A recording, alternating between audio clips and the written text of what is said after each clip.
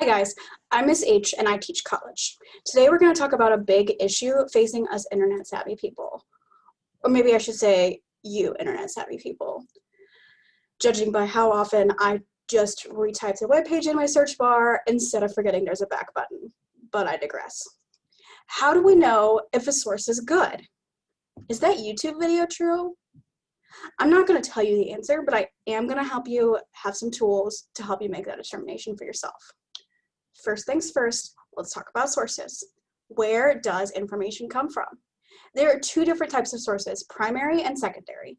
Primary sources are things like journals, speeches, diaries, and even experiments, which we call scientific studies. These are first-person accounts of an experience.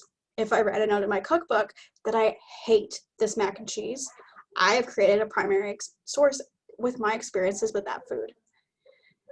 Then, if someone comes along later and cites my hate of macaroni and cheese, that is a secondary source. This is important because sometimes secondary sources disagree. The way to figure out which one is true is to go back to the primary source. Do I hate all mac and cheese or just this specific one? If we look at the note in the recipe book, we can see that it's just this one. So you found a source and you figured out that it's a secondary source. But who's publishing it? The URL actually gives us a really good clue. If you look at the end of the web address, you'll see something like a .com or a .net. This tells us where the information comes from. .gov sites are official government pages. .orgs are from organizations like hospitals or think tanks. .edu is from a school or university. .net sites are from networks of people, and .coms are literally from any rando on the internet. So what else can I tell about the author? Usually there's a blurb about them at the bottom of the article. You should be reading it. If there isn't one, then Google it. Who comes up? Listen, I know nothing about calculus, okay? So if I make a YouTube video about the limit of a slow field, you should probably second guess me. Yes, I did literally just Google what are calculus terms. My friend, however, has a PhD in mathematics, so you probably could trust her. Another aspect to look at is what kind of sources are your sources using? Are there primary sources? Are there sources from official sites? Are there completely missing sources? This is a big red flag that I see a lot, especially in video media. It doesn't have to be a formal works cited page that they're using, but always, always, always look for sources. Another fun thing you can do is to read the article. Listen. A lot of times, an author will give the article a catchy name, so you click on it, and then the article completely contradicts what the author has titled it. So, read the article and watch the video and ask yourself, is the title accurate? Did they prove their title? How did they do that? Remember, name calling is not an argument. You can actually highlight the points that an article is making and then go back and look through how much of it is arguments and how much of it is name calling and jokes.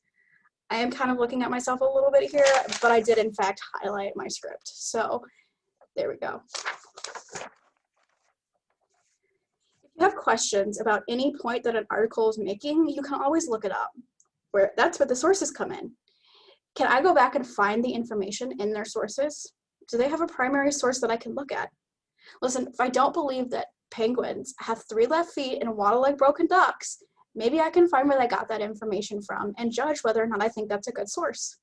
This is called fact checking, and there's numerous sites that do this for you. But why use Snopes when you could do it yourself, right? In a 2018 article for The Atlantic, Joanne Freeman demonstrates how anger and rage play a part in our media. According to her, the media often riles us up, and when it does, we're more likely to take action. So it's in the best interest of our media to make us angry. This doesn't mean that the media is always correct. In fact, some media is meant to make us angry and not actually inform us. Always, always, always fact check a site that makes you feel angry. In closing, I want to tell you the tale of 2 articles. Both of them are on wearing Crocs. One of them is from hypebae.com. I know, stupid name for a website, but it has a list of sources and takes you through styling Crocs in several major cities around the world. There are citations, and the author is a fashion designer. The other one is from askmen.com, and it tells us the Crocs are for the, quote, mentally challenged of the world. the author is not cited, and there are no sources. Listen, I'm not saying that Crocs are cute, but I am saying that one of these sources is definitely better than the other. Anyway, thank you so much for coming along with me on this journey of how to look at things online. Hopefully you have a better idea of how to judge whether or not media is correct. Thank you for joining me, and have a great day.